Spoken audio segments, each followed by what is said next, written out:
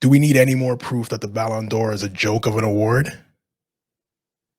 We'll discuss after this.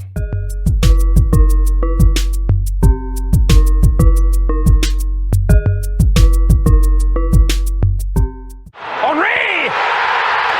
What a fabulous solo goal by Thierry Henry.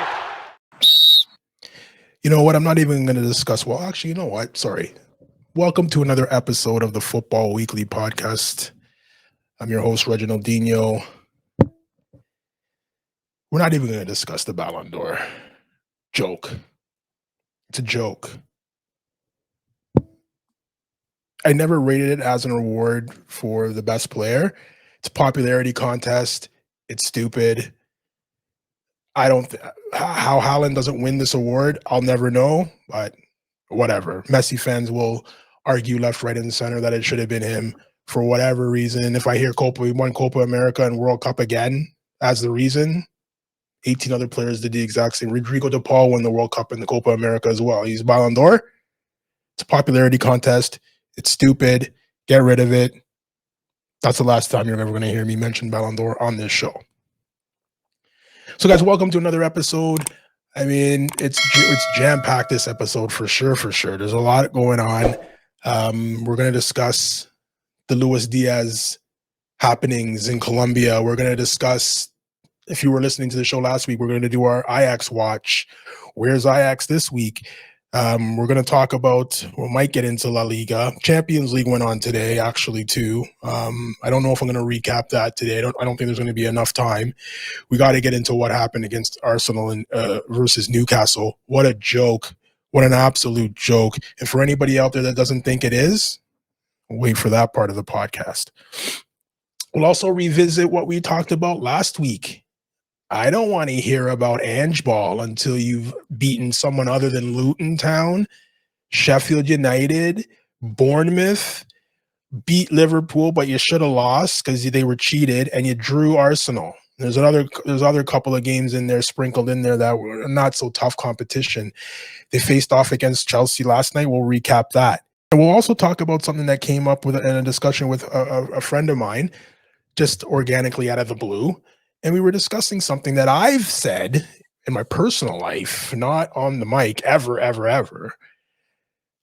And I think today I'm going to actually say it, because we had a very good discussion about it, and I believe he's right and I'm right. And stay tuned and you'll find out what that is. But today we're going to start off in Colombia real quick. Luis Diaz, he's got his mother back from last week. We mentioned that. This week, as the Luis Diaz world turns, the leader of the group that kidnapped the parents has come out and said, "Oh, you know what? Made a mistake. Made a big mistake. We shouldn't have done that." You would think that the father would have been returned by now. Still not. How the leader of the group can come out and say, "We made a mistake," and the police not knocking down their door 10 minutes later, I don't know. Maybe that's the way things are done in Colombia, South America. I don't know. Maybe, I don't know. I'm not going to speculate because I don't know. But if someone kidnaps somebody and you have an inkling of where they are, they're usually kicking down the door in about 5 minutes. So again, I don't know how it works there, but the leader of the group that took the father said, "We made a mistake." Whatever that means, I don't know.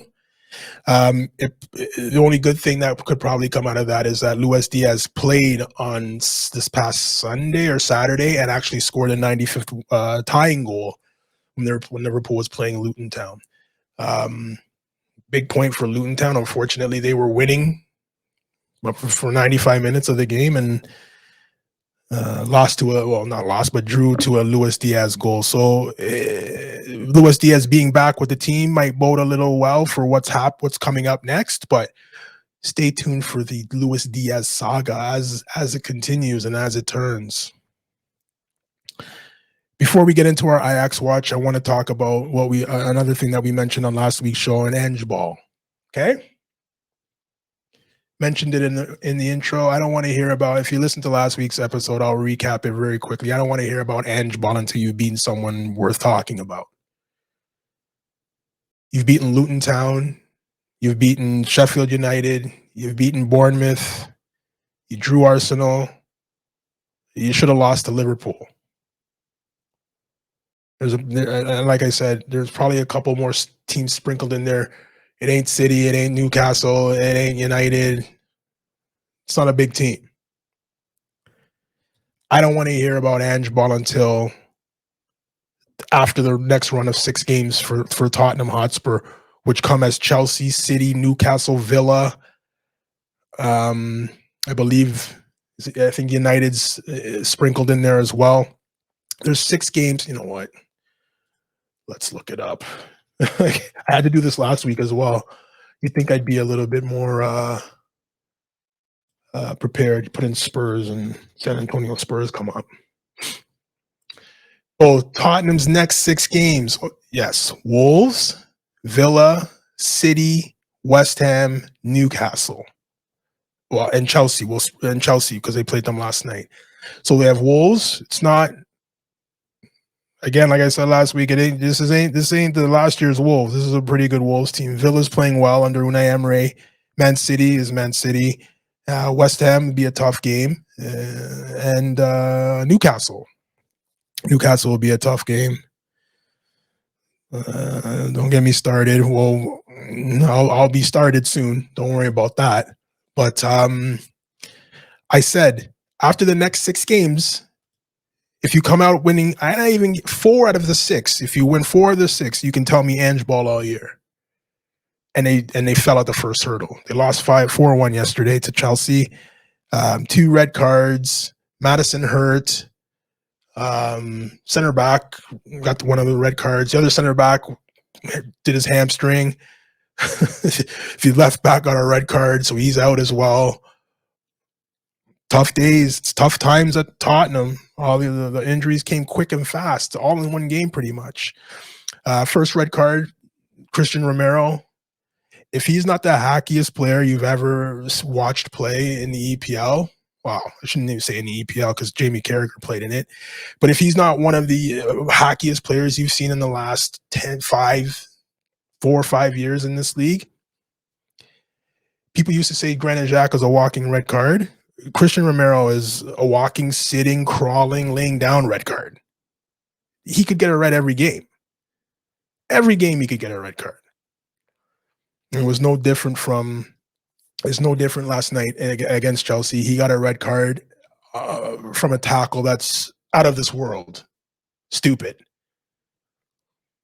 Little bit 3 inches higher. That's broken. Enzo Fernandez's leg is broken if that's 3 inches higher. He's very lucky that he got him right on the joint of the ankle. It could have broken his ankle 100%, but I think you'd rather break your ankle than break your leg above the shin, right by the shin. I don't think you want to break your leg there. If you haven't seen the replay, go back and watch it. Sky Sports showed it 350 million times on the broadcast, so you can go back and watch it there if you haven't seen it. Gross tackle, gross. So he's gone. The Italian kid on the left-hand side, Udugo, got 2 yellows. The second tackle was ridiculous. Like, why you already have a yellow? As soon as you go to ground, you're putting yourself at risk, and got the second yellow. He's done. So you have your starting center back tore his hamstring. He's out. Romero, he's out. Your starting left back, he's out. James Maddison, starting attacking creative midfielder, he's out. I think Richarlison, it doesn't really matter. He stinks, but he's out. And yeah, you're going to start a game, and you're going to start a game in the EPL with Eric Dyer. Safe to say that I don't think they're going to win 4 of the next 5 personally. But what do I know? If I knew more, I'd be a bookie in Vegas. So what do I know? But I told you guys it was going to be tough for Tottenham. I heard undefeated. I heard manager of the year two months in a row, or manager of the year, manager of the month 2 months in a row. Undefeated record, playing beautiful football, beautiful free flowing football. Ange ball. I heard all of that. I don't want to hear Ange ball. If you don't win 4 of the next 5, I don't want to hear Ange ball the rest of the year, and I shouldn't. We'll move on. You can tell I'm moving a little bit fast because I have a lot to say about what happened against Newcastle, but disgusting, gross, stupid. This guy, Harry Kane, what's he doing in Germany is unbelievable. I have a little bit of an eye on German league because one of my favorite players is actually playing in Germany now, and that's Granit Xhaka, who has Bayern Leverkusen in first place. But I still like to watch a little bit of the Bundesliga. Big game this past weekend, Bundesliga, Bayern Munich and Borussia Dortmund, which finished, I think, 4-1 or 4-0 for Bayern Munich. Another hat trick for Harry Kane. Harry Kane, this is his 3rd hat trick of the season. Incredible goal scoring clip. He's on the same clip that your boy Haaland was on last season, and we all know how he ended up. Champions League. Bundesliga might be a little bit easier than the EPL. It must be. I think he's got 10 goals in 11 games, I believe, or something like that. 3 hat tricks. So either the Bundesliga is very easy to score in, or playing with the best players in Germany is a little bit easier than playing with the best players at Tottenham. Tottenham, he would score 5 goals a season, and you would think he scored 100, the way that the English pundits talk about him. So he takes all the PK. He used to take all the PKs at Tottenham Hotspur, and say he got, I don't know, 9 PKs a year. He'd score 8 or 9 of them, maybe even 9. So if he gets the 8, he scores 20 goals a season. He gets the 8, that means he scored 12 in 38 games from out of play, free kick, whatever. Run of the mill in the 90 play. Is that a good average? I don't know. People just look at goals and say, they give their opinion on how well that player is playing just based on the goals that they score in a year. I remember when Aubameyang left Arsenal and we had trouble scoring, and he went to Barcelona. And he had 7 and 9. 7 and 9 games. That's an amazing clip. And I would get messages. Oh, you guys can't score, and you gave away that striker. He's amazing. He scored 7 goals in 9 games in the Liga. Blah, blah, blah, blah, blah. I said, okay, 7 goals in 9 games is fantastic. That's fantastic. Yes, it's fantastic. I said, so break it down, though. Break down to 7 goals. So he has 1 game he got a hat trick. So 3 of those goals are in 1 game. And then 2 other games he scored a brace. So in 3 games he scored 7 goals. That's amazing. Yeah, that's amazing. But it's 7 and 9. What did he do for the other 6 games? He didn't have any assists, because it was just 9 goals. He didn't have any assists in those games. So for 6 games, he did nothing as a striker. So is it still a good rate of scoring? Maybe not so much. Maybe no, it's not. To me, 7 and 9 is great at the end of the season. If you only played 9 games, score 7 goals, that's amazing. But if you score 5 goals in 1 game and 2 in another, and do nothing for 7 games, is that still good? So when Harry Kane is scoring 25 goals in a season, and it's 38 games, that's fine. That's a lot of goals. But hat tricks and 2 goal games and all of that, it's not 1 goal in every game for 25 games. There's games where he did nothing, but can't tell that to English people, so I keep my mouth shut. But playing at Bayern Munich with all those great players and his movement, and I'm not taking anything away from him, you still have to put the ball in the net, and he's doing it at a high clip. So I just had to mention that just as we're finished talking about Tottenham. So not to rub it in and see what you lost. You guys have Sonny's a pretty good striker as well.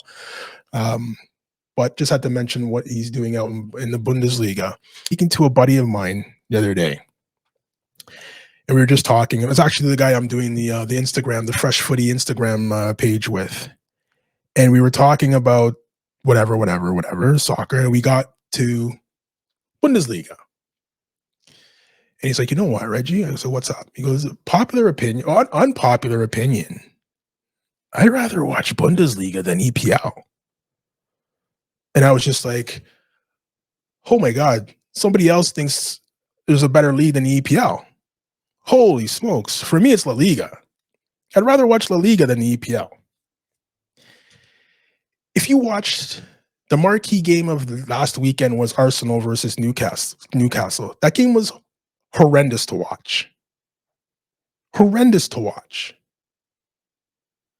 I don't know if the pace of the game is too fast or the skill level is just declined over the years. I don't know what it is. But if you want to watch a good technical cerebral battle on a football field, you're watching Bundesliga or La Liga.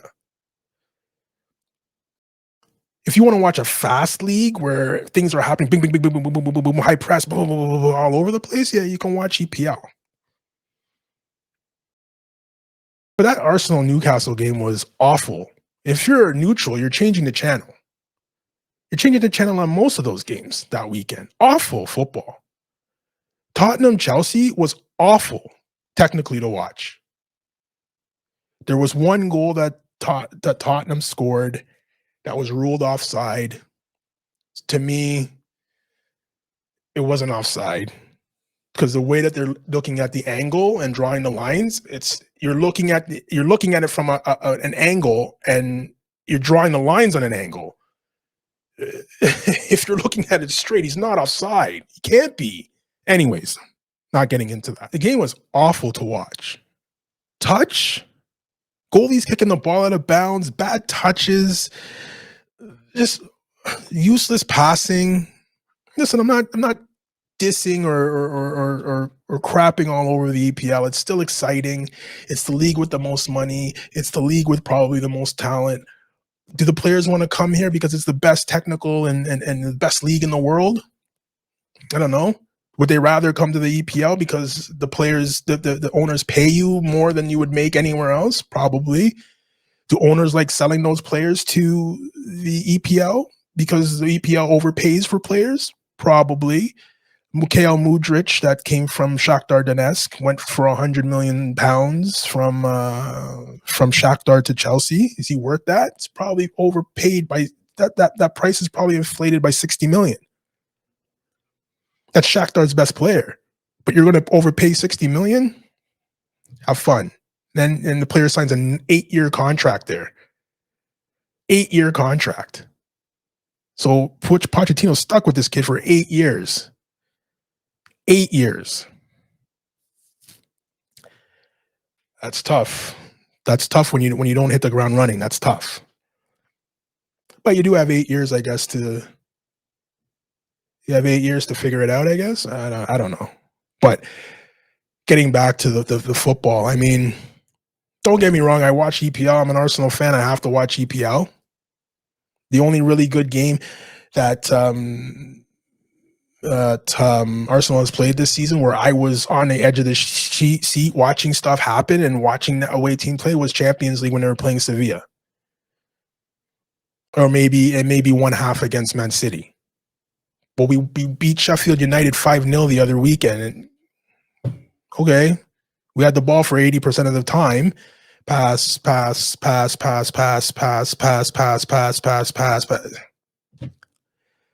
I'm not complaining. I'm just saying maybe there's better leagues out there. I know, again, it's the most popular league and everybody knows about it. It's the most popular. And if it's La Liga and it's not Barcelona or Real Madrid, nobody cares.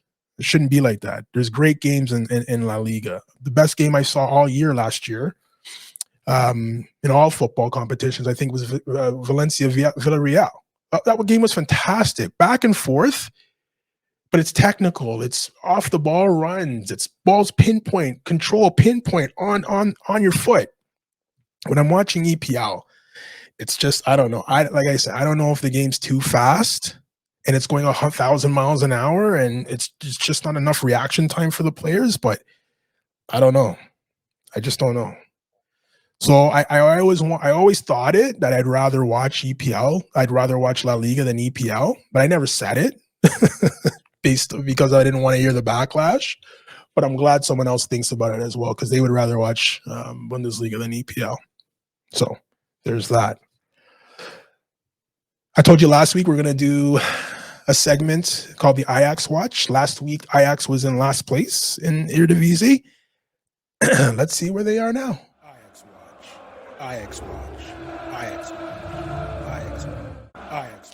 So if you're watching the Ajax, they were in last place last week, dead last. If the season was over last week, they would have been relegated, which is unheard of. They're the Real Madrid of Dutch football. Can you imagine Real Madrid getting relegated in La Liga? It's don't lose sleep over that. It'll never happen. But I mean, the proof is in the pudding in the Dutch league because they are in last place, or they were in last place. They've reeled off 2 straight wins in the league, so they are actually in 11th place now. So the Ajax Watch, we have them moving up in the standings. They're 22 points out of first place. I should have looked to see how many points they are out of Champions League spot, but I imagine they will be able to make Champions League. They were able to win one of the games 2-0 and the other one 4-1. So the goals are starting to fly in a little bit. Maybe they're going to hit their stride, and I can't see them miring in the bottom half of the league too much longer, especially with all the talent they have and the weaknesses of the other teams in the league. So that's our Ajax Watch for the week. Ajax Watch. Ajax Watch. Ajax Watch. Ajax Watch. Ajax. So I kind of rushed through everything because I have to get to this. This is the 3rd time I've tried to record this show. The first time, I don't know, it only recorded half of the show. I don't know why. The second time, I don't know why it didn't record my mic. So this is the 3rd time. It's going up. It's going up the way it is. I'm sorry. I can't do this again. So I wanted to do a reaction on Saturday, but I was too mad. I was going to do a reaction again on Sunday, but I was still too mad. And then I did the show yesterday and it didn't record and blah, blah, blah. This is the 2nd time tonight I'm doing this. I don't know where to, well, I do know where to start. I don't want to keep saying VAR anymore. I'm not going to say VAR anymore. I'm going to say the referees because it's the referees that are controlling VAR.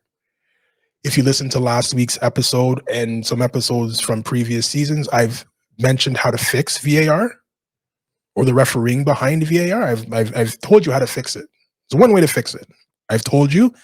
You want to hear it? Go back and listen to previous shows. I said it last week. Mikel Arteta came out after the game, Newcastle. For those of you that don't know what I'm going to talk about, I'm talking about Newcastle Arsenal. And a controversial goal that was scored. A goal that should never have counted. In a million years, this doesn't count. In any league, like Mikel Arteta says, in any league, on any planet, in any world, this goal doesn't count. 3 opportunities. The referees that control VAR had 3 opportunities to chalk this goal off and missed on each one. I'll say 2. Because the offside one is it's dodgy for me because I don't know the rule. I know the rule, what the rule used to be, but I don't know if it's been changed since then. So if it's been changed and I don't know about it, then I understand why. So if the offside rule has changed in the last 2, 3, 4, 5 years and I don't know about it, I don't know about it. So I'm not going to say that it was an offside, it was this, it was that. I don't know the rule anymore. The rules change a lot. I don't know the rule for offside when it comes to the goalie being beyond the last man. It used to be if the goalie is beyond the last man, the last man takes the spot of the goalie. If any player is behind the goalie, then they're offside.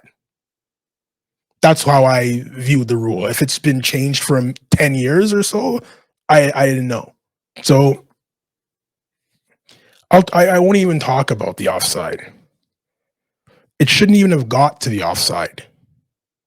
It shouldn't even have got to the foul.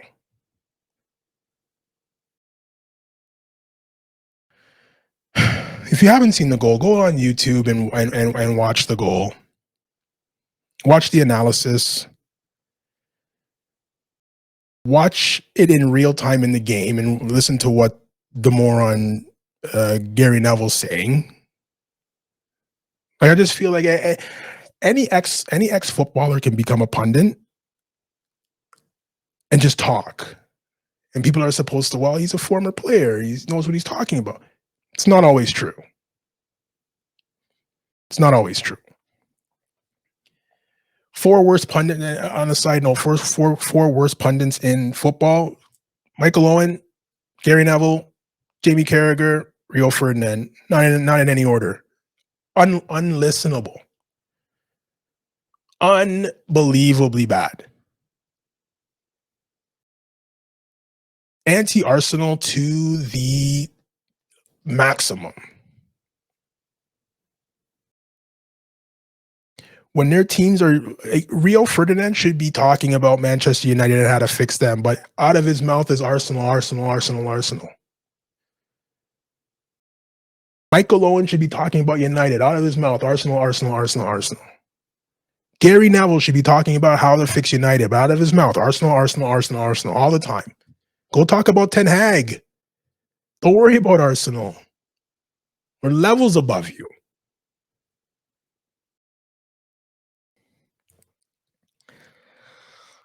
I'm going to show you some still images. Again, I've calmed down a lot because yesterday's show was not pretty.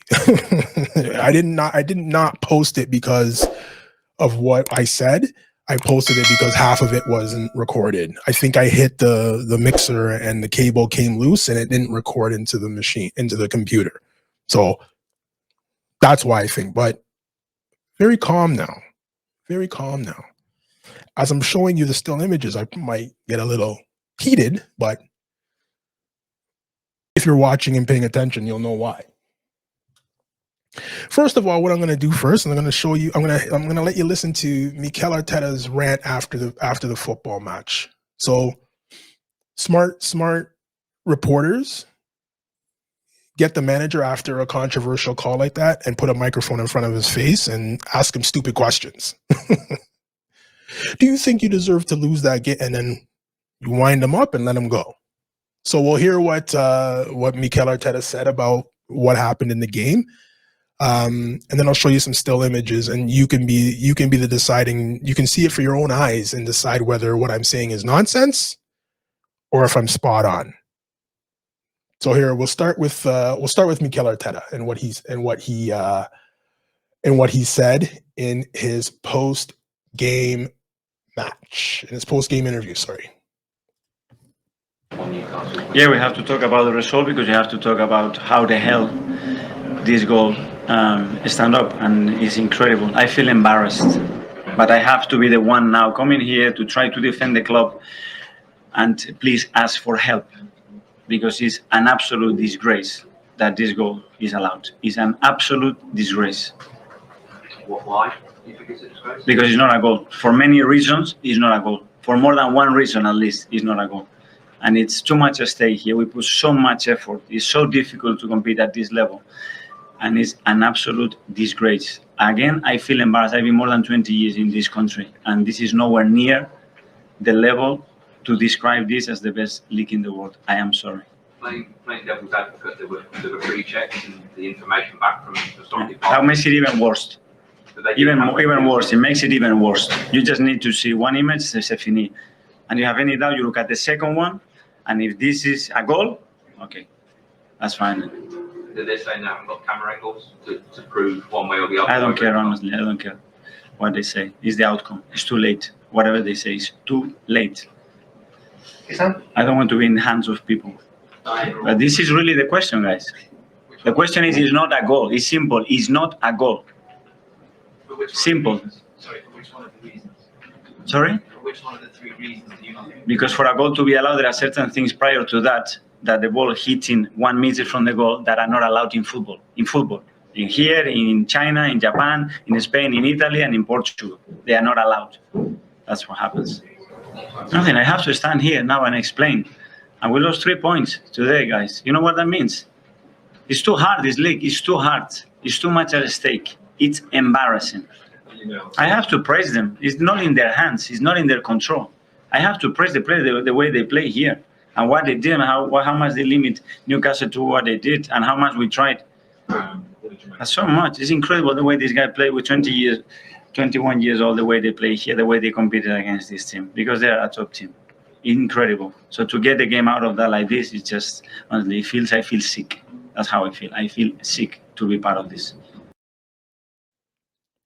It's a little bit of a long one, I agree.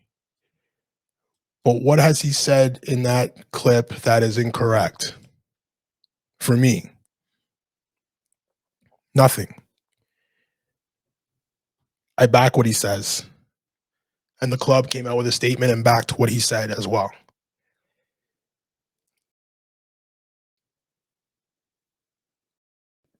Three instances, again, 3 in VAR, 3, but for me 2. Like he said, you should be able to look at one image and say, that's it. Say Fini, that's it. Done. No goal. Play. But you ignored the one, went to the second one, ignored that one, and went to one that nobody even knows the rule for. So can't even call that. I've been calling out for this for years and years and years. I remember doing this podcast in the basement of my mom's house back when it first started, back years and years and years and years ago. And I was saying this then. The same way the players come out after games and talk and blah, blah, blah, blah, blah, the same way the managers have to answer stupid questions like, why do you think you lost? Do you think that goal should have counted? Again, winding you up and let you go and see what you say. The referee should come out and say and have interviews as well. Why don't they? Why are they the most protected species in England? Why? We're discussing this now. It's been a discussion, a hot topic on every sports radio show, sports soccer radio show across the world. You can go on YouTube and close your eyes and pick something, and it's going to be about Arsenal, Newcastle, and then the decisions that were made. We're all talking about it. Where's the referee in this? Where is the referee in this to say the reason why I made that call is because XYZ? And the VAR, yes, we saw XYZ and we made this call. Because I'm going to show you some still images here, and you tell me yourself. I'm not even going to say anything. I'll let you look at it for the first 2, 3, 4, 5 seconds. And then I'll start asking you questions. Okay?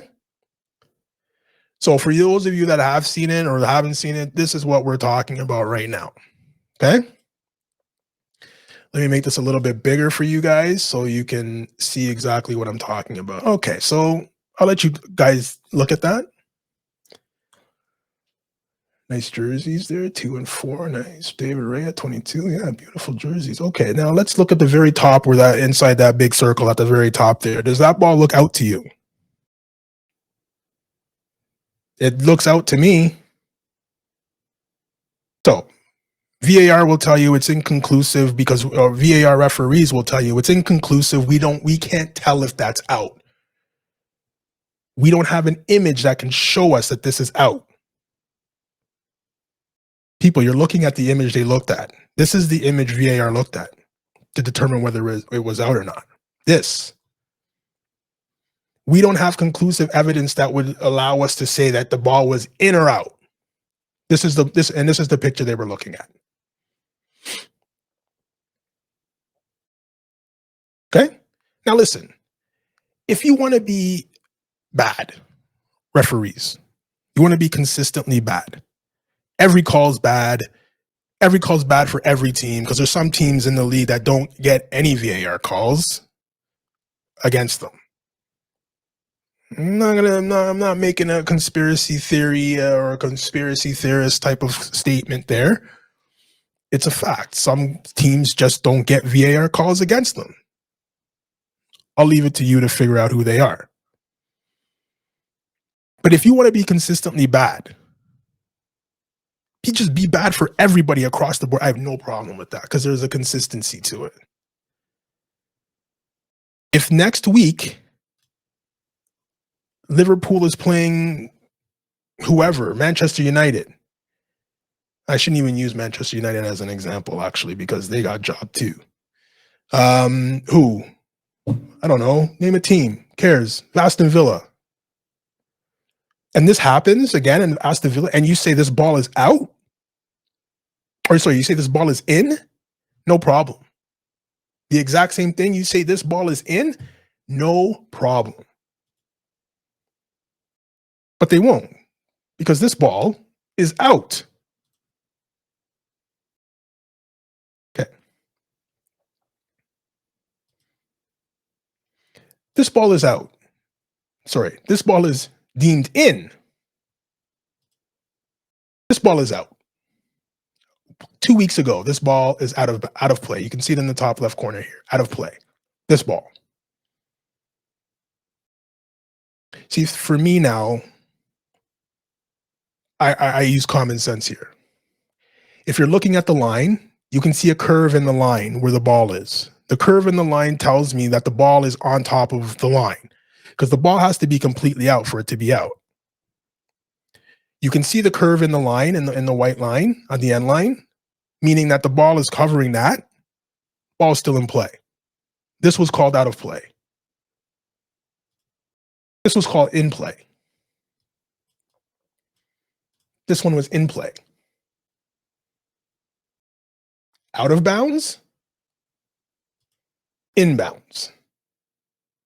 Inbounds, out of bounds. Listen, you want to be consistently bad and say in and say out, or say out,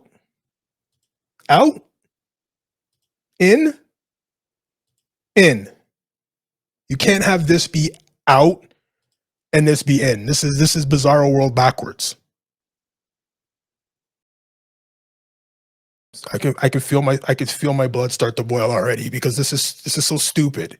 You're looking at this and you can't tell me that this ball is in bounds. You're looking at it. You can see the grass in between the ball and the line. It's dumb.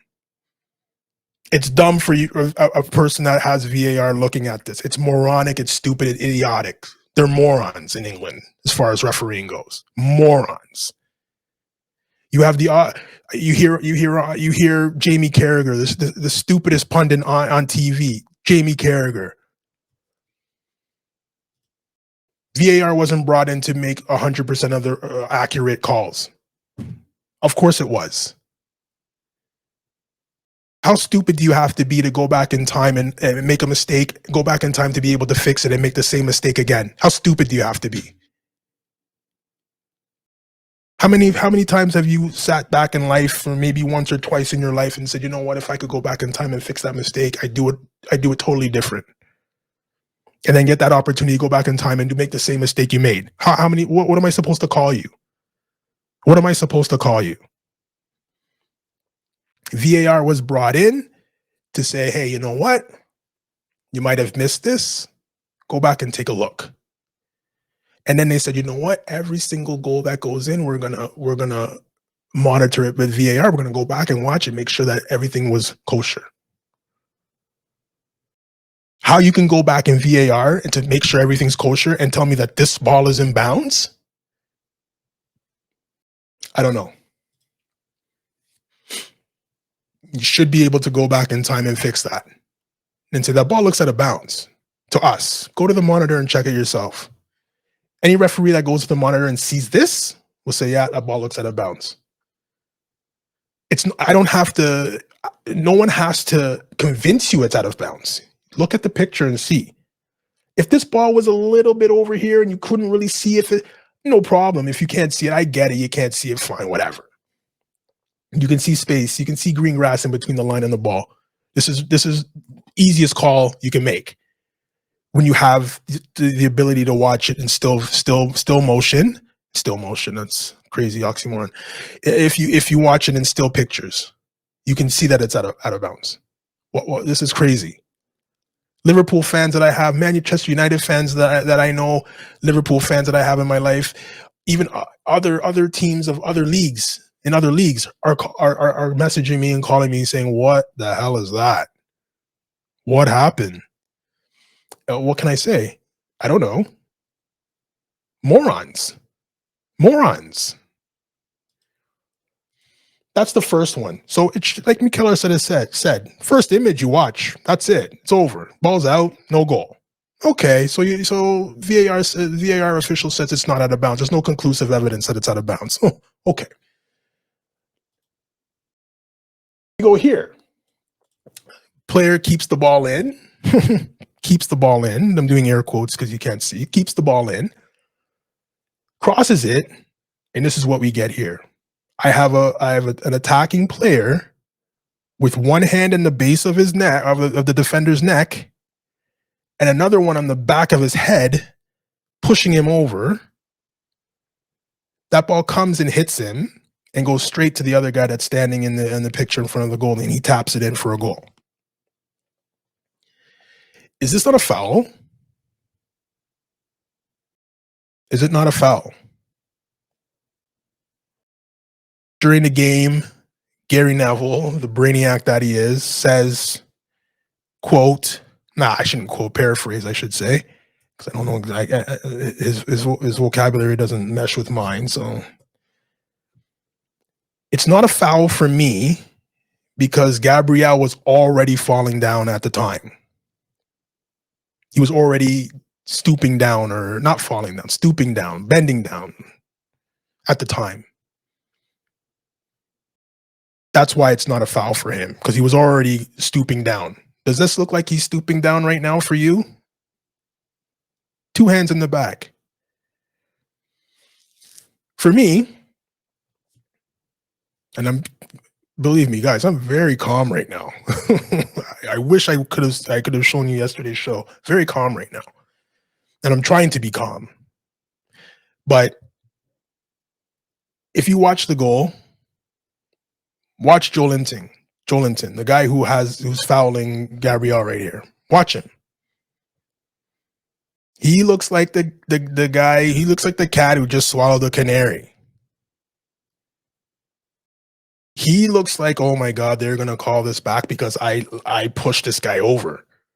They're going to call that back. The guy who scored the goal wheels off to run into the corner flag. All the players join him, and Joelinton stands there like looking around like, uh-oh, that's not going to count. I totally pushed this guy over. Okay, I'll go over and celebrate, but yeah, when they look at him, VAR, there's no way they're going to give this. It's impossible. Like, they have to be blind to give that. But Gary Neville, Jamie Carragher go, yeah, I have no problem with the foul. He was already falling down, so we can put two hand push in the back. If that's the new rule, let me know. But if you're already falling down, I can push you over to complete the fall, and it's not a foul. No, let me know if that's new. If that's a new rule. So again, you get past the first image of the ball being out. You get past this and say it's in. Okay. How do you get past this? How do you have this still image in front of you as a VAR referee and say all good? I've seen free kicks given for way less than this. And again, I'm not going to get into the offside because, again, I don't know. Maybe it's offside. I don't know the rule. Whatever it is, cares. That third check, it shouldn't even matter. This and this should rule out the goal. This should be done. We shouldn't even get here.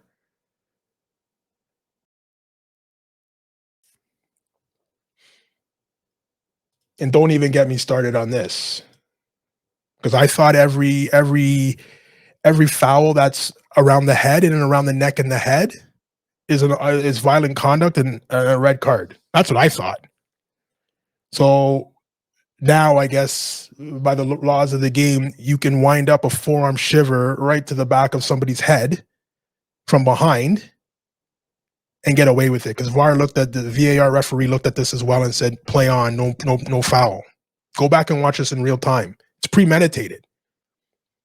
It's very much premeditated. This kid should have got a red card. People are saying, oh, Kai Havertz should have got a red card. Maybe, okay, but this is a red card. You can't hit somebody in the back of the head with a forearm. And it's not an accident. Go back and watch it. It's not an accident. I can't show video on this because I don't own the video.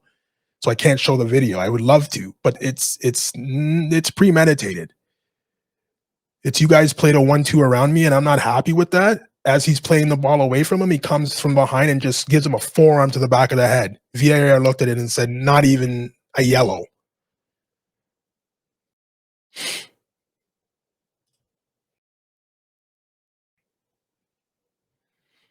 Very calm. Very calm. Last thing I'm going to say about this whole thing is I was listening to Talk Sport. There's a guy on there who actually opened my eyes to something, and he was saying that Gary Neville, Jamie Carragher, Michael Owen, all these guys, they all have their own personal podcasts, so they have a personal interest in keeping relationships with certain player or former players, and things like that. And they all have Howard Webb on their show. And Howard Webb is the head of the Referees Association in England. So he's speculating that either to keep the relationship, their personal interest relationship going with him, they back the referees. Because there's no, how you back the referees for this? How you back the referees for the Tottenham Liverpool game where Diaz scores a goal where he's 2 yards onside? How do you back the referees for that? How do you back the referees for what happened for Wolves, that phantom foul? How do you back the referees for Onana fouling a Wolves player should have got a PK and they should have lost that game? How do you back the referees for Marcus Rashford, that ball being out of bounds? How do you back the referees for this? How? But they're always in the corners of the referees, and he says, you know what? You have to look into why. Why are those two guys always on the referee side? They're former players. They know this is wrong. If anybody did this to Jamie Carragher as a defender, he would be crying bloody murder. F-bomb almost slipped out, but he'd be crying bloody murder. How can this goal go in? Sir Alex Ferguson would be livid. And I know Carragher didn't play for United, but I'm saying as a manager, Ferguson would have been livid. Klopp would be livid. Pep Guardiola would be livid if they counted this a goal for them, against them. So when Mikel Arteta does it, he needs to shut up. Okay. No problem. So an investigation on why, not an investigation. I mean, it'll be a fun thing to do ourselves. I mean, but why do they back the referees all the time? Because they have the head of the Referees Association on their show every Monday? Probably.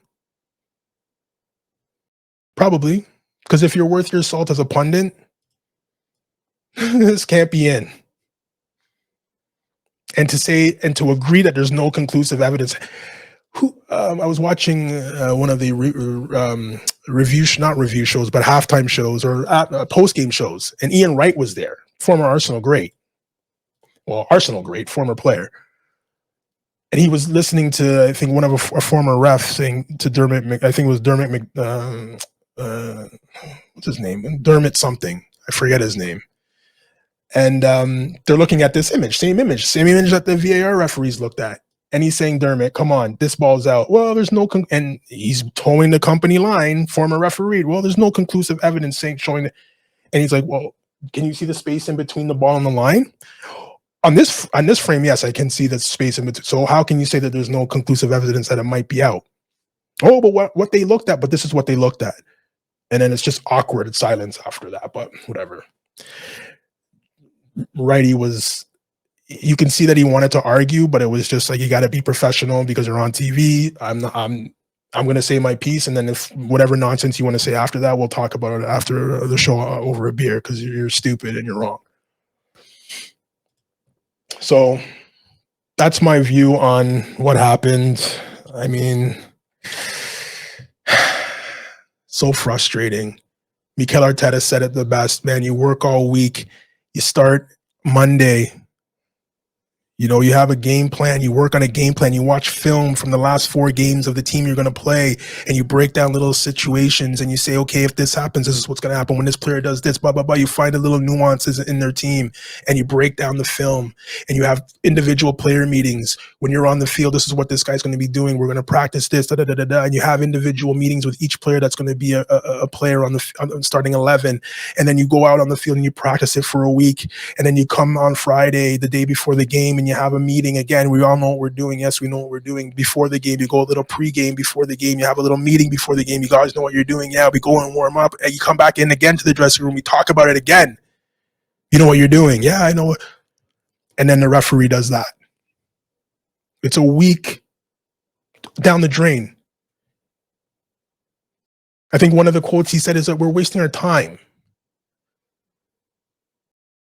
The players do it for a week. Maybe 4 hours a day.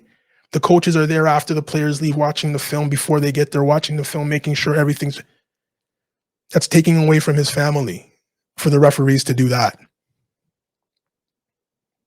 How would you like to go to work and work and work and work and work and work and work and work? And then when it's time to get paid, yeah, you know what? Not this week.